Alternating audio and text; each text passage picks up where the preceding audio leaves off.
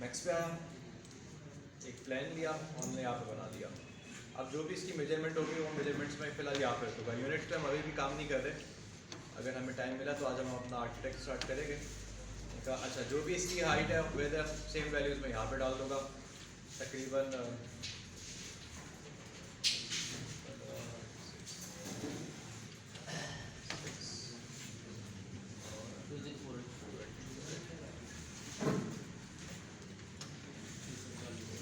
ठीक है।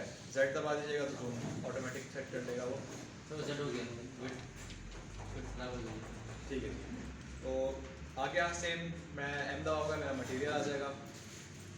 इसको आप नॉर्मल रीसेट कर दो, फिजिकल मटेरियल जाके दोबारा अप्लाई कर दोगे तो वो रीसेट हो जाएगा, राइट। कलर्स के रीसेट हो जाएगा। नॉर्मल ड्रैग एंड ड्रॉप करके अप्लाई कर दो यहाँ से बेस कलर पे, जिस तरह टेक्सचर हम लगा देते जाके सिंपल बिट मैप करते हैं, बिट मैप अप्लाई कर देंगे वही वाला इसी में डेस्कटॉप पे रिसोर्सेज और वो हमारे पास यहाँ पे शो करेगा।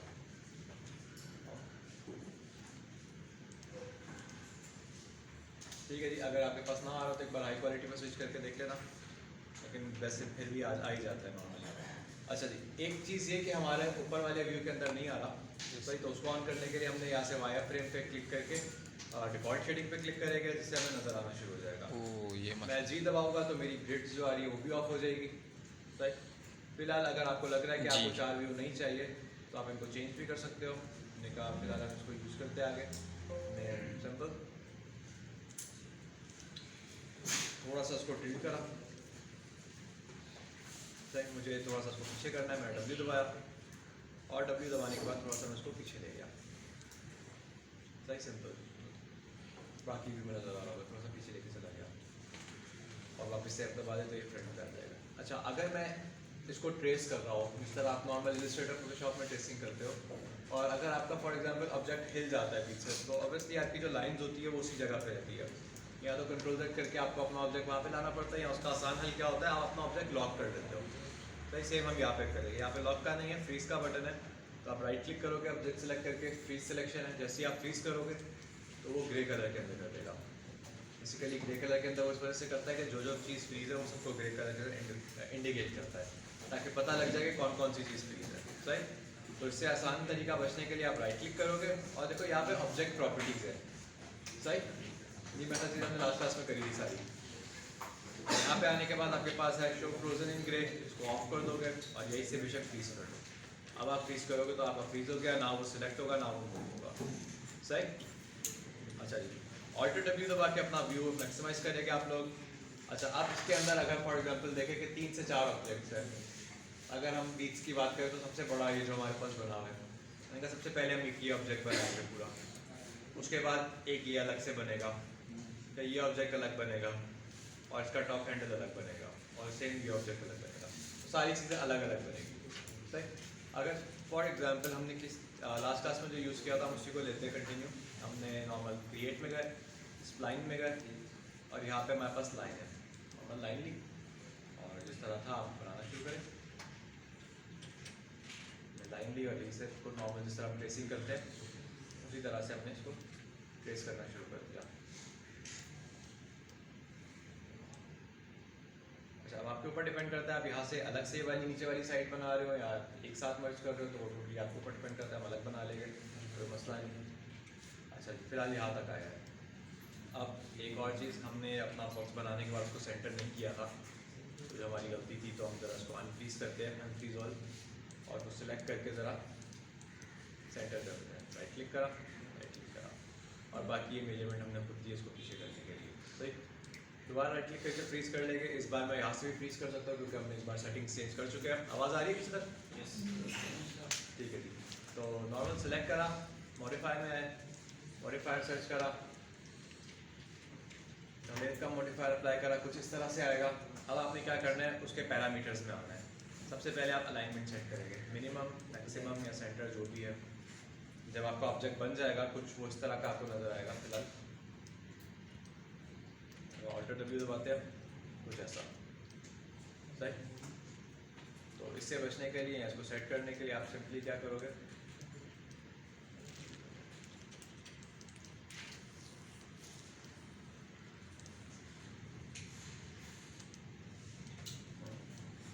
तो इसको सेट करने की तरह ये पतला सा नज़र आ रहा होगा, देखिए उसकी एजेस भी काफ़ी सारी है। तो हम सिंपल सेलेक्ट करेंगे और यहाँ पे देखें सेगमेंट्स है। फिलहाल 16 है, अगर मैं सेगमेंट कम करूँगा तो वो थोड़ा सा शार्प होना शुरू हो जाएगा और वो आपको कुछ इस तरह का नज़र आना शुरू हो जाएगा। जितनी कम करूँगा वो उतने कॉर्नर्स में चला जाएगा। सही, तो उसको आप अपने हिसाब से जितना आपको लग रहा है स्मूथ 20 रख देते हैं और 24 रख देते हैं। सेम इसी तरह 24 ही हो गया। अब नज़र आ रहा होगा कि इसकी कोई डेप्थ नहीं है, सही, बिल्कुल एक पेपर टाइप का है।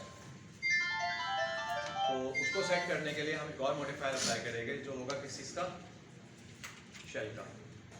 सही, शेल क्या करेगा, शेल थिकनेस दे देगा।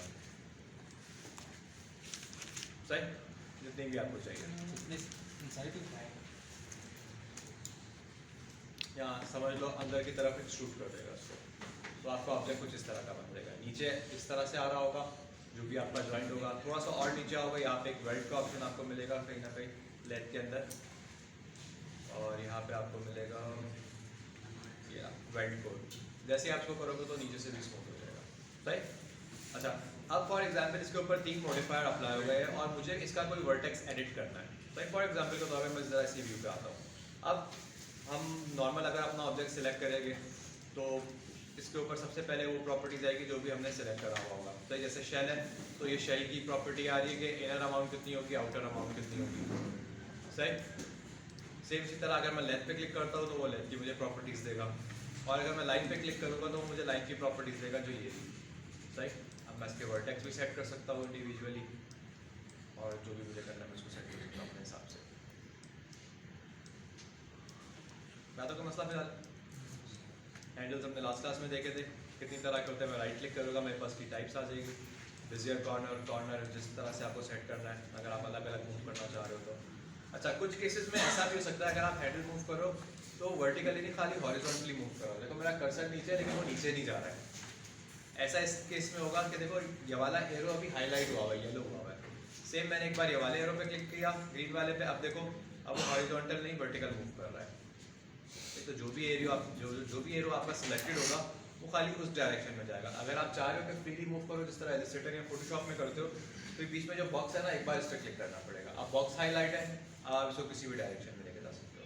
सही, क्या था कोई मसला, पक्का? ठीक है जी। अब थोड़ा सा आगे चलते हैं, हम वापस से बाहर आ जाते हैं। यानी कि अगर फॉर एग्जांपल मैं टॉप बनाऊँ उसका, तो उसको नीचे भी होना चाहिए। या बेशक अगर आपका एक ऑब्जेक्ट बन गया आप उसको थोड़ा साइड में मूव कर सकते हो। वैल्यूज़ का आपको आइडिया है, फिलहाल अभी हमने कहा कुछ इसकी इतनी वैल्यू आप उसको साइड में ले जाते हैं। एक ऑब्जेक्ट हमारा कंप्लीट हो गया, तो कुछ हम -1200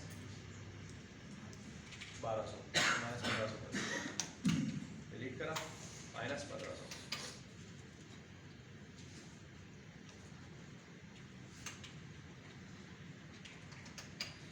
ठीक है जी, तो वो साइड में चला गया। 1500 एग्जैक्ट वैल्यूज वैसे करिए, जब हम ऊपर वाला बना के मूव करें तो हम उसकी भी सेम वैल्यू कर देंगे, तो वो तकरीबन एक ही जगह पे एडजस्ट हो जाएगा। सही। अच्छा जी, सेम ऊपर वाला भी इसी टेक्निक पे बनेगा, कोई फर्क नहीं है। लाइन लेके हम यहाँ से आएंगे, अब आपके ऊपर डिपेंड करता है, आपके पास एक लाइन बड़ी सी आ रही होगी तो आप किस तरह से बनाना चाह रहे हो। नॉर्मल इधर आए, इधर क्लिक करा और हमने तो इस तरह से इसको अंदर बना दिया। सही, सेम वही चीज़ अप्लाई करेंगे जो उस पर करी। सबसे पहले हमने लेंथ अप्लाई किया था, तो उसको हमने सेट किया, इनका मिनिमम होगा, मैक्सिमम होगा। थोड़ा सा शेल अप्लाई करा हमने।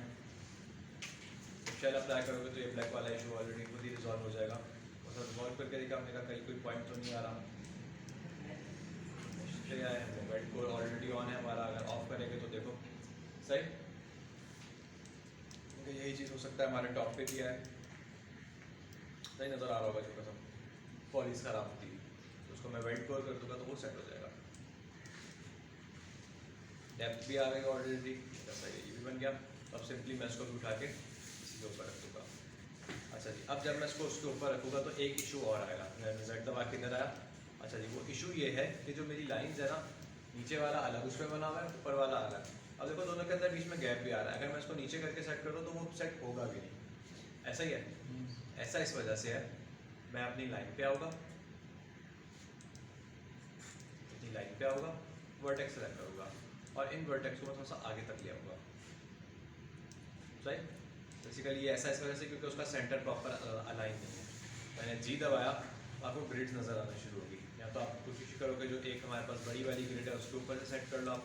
फॉर एग्जांपल जैसे मैं इसको बिल्कुल सेंटर में अगर लाने की कोशिश करूँ अपने ऑब्जेक्ट को, हमने कहा यहाँ पे बॉक्सेस आपको नज़र आ रहे होंगे पीछे लाइट वाले, तो आप बॉक्सेस के हिसाब से एडजस्ट कर सकते हो।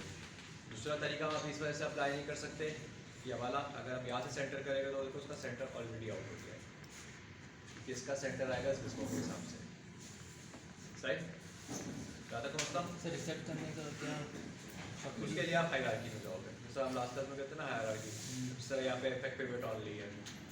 राइट, आगे आप सेंटर ऑफ ऑब्जेक्ट, सेंटर हो गया ऑब्जेक्ट के, वापिस से आपने ऑफ कर फिर आप उसको सेंटर सेंटर कर सकते हो। राइट, इनका सेम वही प्रोसेस फिर आपको उस पर अप्लाई करना पड़ेगा, effect pivot only, centre object, दोबारा ऑफ करोगे दोबारा। राइट, मतलब आप देखो काफ़ी तक खुद ही एडजस्ट हो गया। दोबारा आपको लग रहा है थोड़ा सा और गैप है, तो ये गैप आपको मैनुअली खत्म करना पड़ेगा। आप वर्टेक्स सेलेक्ट करें, थोड़ा सा आ गया है,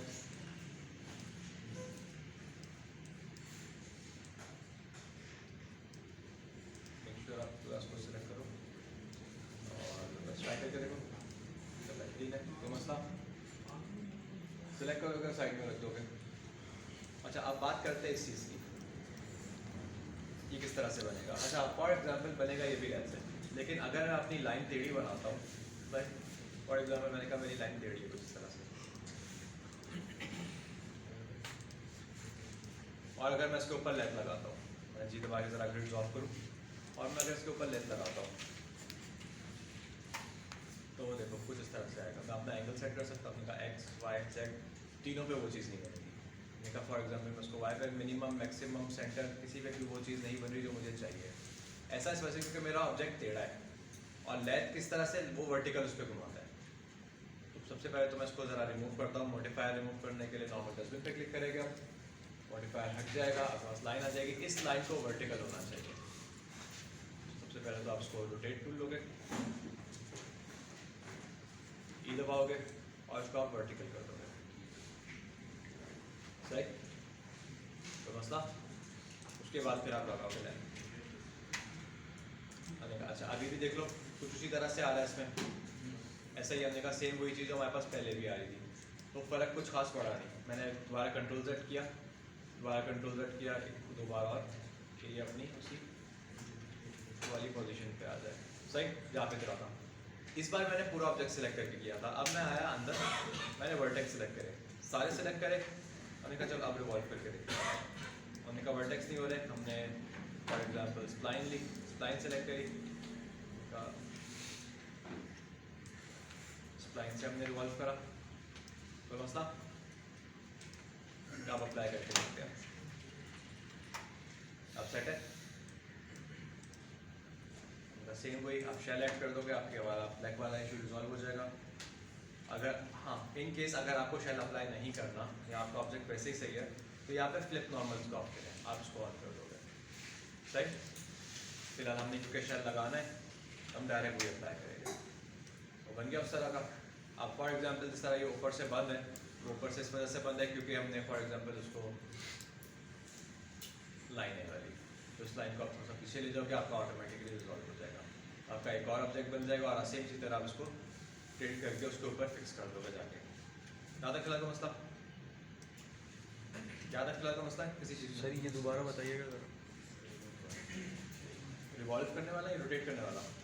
सर जब आपने लाइन को लेते हुए स्पाइन किया तो दूसरी चीज़ें देखो, एक तो ये है कि जब मैं ट्रांसफॉर्मेशन अप्लाई कर रहा हूँ ना, अगर फॉर एग्जांपल मैं पूरे ऑब्जेक्ट पे करूँगा, जैसे ये मेरा अभी ऑब्जेक्ट है, मैं इसको अगर रोटेट करूँगा, फॉर एग्जांपल मैं आया रोटेट, मैंने यहाँ से लिया और इसको रोटेट कर दिया, फिर मैंने W दबाया, अगर अब मैं अप्लाई करूँगा तो देखो नज़र आ रहा होगा वो टेढ़ा ही जा रहा है, अभी भी इस ऑब्जेक्ट को फॉर डायगनली रोटेट कर रहा है। सही, तो उसको पता है कि मैंने ऑब्जेक्ट अपना ट्रांसलेट टूल से हिलाया है।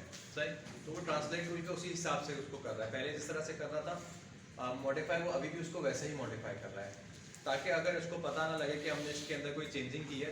इसी वजह से मैं अपना ऑब्जेक्ट खोलूँगा और अंदर से स्प्लाइन जाके उसको चेंज करूँगा। मैं स्प्लाइन को सिलेक्ट करके अपना ई दबा के रोटेट टूल लूँगा, फिर उसको रिवॉल्व करूँगा, फिर मैं अप्लाई करूँगा तो मेरे पास ये इशू नहीं होगा। तो सेट करूँगा सिंपल, जो भी आपको चाहिए मिनिमम मैक्सिमम वो आपका ऑटोमेटिकली फिर सेट हो जाएगा। बाद में फिर आपके पास टूल है, आप उसको सेलेक्ट करके मज़ीद अपने हिसाब से सेट कर सकते हो। आप क्या चीज़ डेप्थ कैसे बनाएगा, आप नॉर्मल उसको सिलेक्ट करोगे। हमने कहा फॉर एग्जांपल आपके ऊपर डिपेंड करता है। सबसे पहले तो अभी फ़िलहाल क्योंकि मैंने पॉइंट्स कम लगाया तो मैं इसके अंदर पॉइंट सेट करूँगा कुछ। कहीं यहाँ पे रिफाइन का ऑप्शन नज़र आएगा कहीं ना कहीं, ये रहा रिफाइन से आप पॉइंट सेट कर सकते हो। मैंने कहा एक पॉइंट यहाँ पे मैंने ऐड कर दिया, राइट। ये वाले पॉइंट को मैं नीचे की तरफ ले जाऊँगा। तो फिर सबसे पहले उसको ज़रा नीचे लेके जाते हैं। जैसे ही मैं इसको नीचे लेके जाऊँगा मेरे लेथ के अंदर एक और एरर आना शुरू हो जाएगा। दिखाते हैं वो कौन सा एरर है। नहीं फिलहाल नहीं आया वैसे, सिर्फ नॉर्मल्स करा सही। वैसे वैसे आप उसमें डेप्थ भी दे सकते हो। इसका एंगल और अपने हिसाब से सेट करके बिल्कुल एग्जैक्ट उस पर रख के आप सेट कर सकते हो, और फिर उसको आप नॉर्मल वहाँ पे ले जाओगे उसके ऊपर जाके सही। सर ये चीज़ वहाँ पर लगेगी अगर आपका ऑब्जेक्ट जो है 120 डिग्री या फिर 60 डिग्री का। हाँ, मतलब आप बिल्कुल वर्टिकल नहीं हो, जब आपका ऑब्जेक्ट टेढ़ा मेढ़ा हो तब आप उसको थोड़ा सा रिवॉल्व करके करोगे। क्या तक चला का मसला। मैंने कहा एक और चीज़ है इसकी जो नीचे वाली, उसको ज़रा देखते हैं थोड़ा सा, क्योंकि इस इमेज के अंदर नज़र नहीं आ रहा है। इस वजह से मेरे पास रेफरेंस इमेजेस काफ़ी सारी है जहाँ से मैं इसकी हेल्प कर सकता हूँ। अगर कुछ ये चीज़ नज़र आ रहा होगा किस तरह वो ऊपर नीचे। तो हमने कहा फॉर एग्जाम्पल मेरे पास इमेज तो नहीं है इस तरह की, मैं क्या करूँगा यहाँ पे अपने हिसाब से बनाऊँगा। मैंने नॉर्मल लाइन ली, आपने जिस तरह से आपको लग रहा है बेहतर आपने नॉर्मल सेलेक्ट करा। जब इस तरह से आ जाएगा क्योंकि आपकी लाइन सीधी है तो आप बिल्कुल सीधा बना लो। उसके बाद बीच में रिफाइन यूज़ करके अलग अलग लाइन ऐड करो तो आप टोटल आपको ऊपर डिपेंड करता है। मैंने रिफाइन लिया और मैं अलग अलग लाइन ऐड करें, उनका एक पॉइंट इधर, एक पॉइंट इधर और एक पॉइंट इधर, सही। मैं दोनों को सिलेक्ट करूँगा और मैं अच्छा अभी फ़िलहाल नज़र आ रहा होगा कि इसमें हैंडल्स भी आ रहे हैं। फिलहाल मुझे हैंडल्स नहीं चाहिए, मैं कॉर्नर के अंदर करना चाहूँ तो मैंने सबको सिलेक्ट करा, राइट क्लिक किया और यहाँ पे कॉर्नर का ऑप्शन, उससे आपके एंकर पॉइंट में से हैंडल्स खत्म हो जाएंगे। कुछ इस तरह से ऊपर ले होगा। फिर कितनी डेप्थ आपको चाहिए वो अपने हिसाब से सेट कर लो। आप मज़ीद आपको और चाहिए आप दोबारा रिफाइन पे आ जाओ, आप थोड़ा सा और उसको ऐड कर दो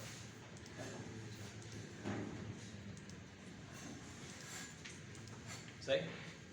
तो मसला फिर आप सबको सिलेक्ट करोगे, राइट क्लिक करोगे तो कॉर्नर है ठीक है, बीच वाले दोबारा सेलेक्ट करें, थोड़ा सा ऊपर लेके आए, यहाँ से बीच वाला सेलेक्ट करा, थोड़ा सा ऊपर लेके आ गए, थोड़ा सा उसको नीचे रख देते हैं, सही।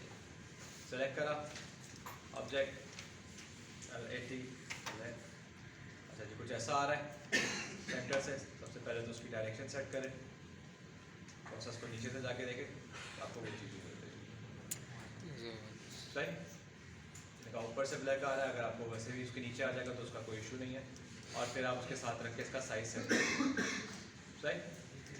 तो आपको चीज़ें अलाइन करनी पड़ेगी उससे साथ रख के। ज़्यादा कलर का मसला बना लेंगे। देखा कुछ बेसिक हमने शेप्स बनाई थी लास्ट क्लास के अंदर काफ़ी सारी,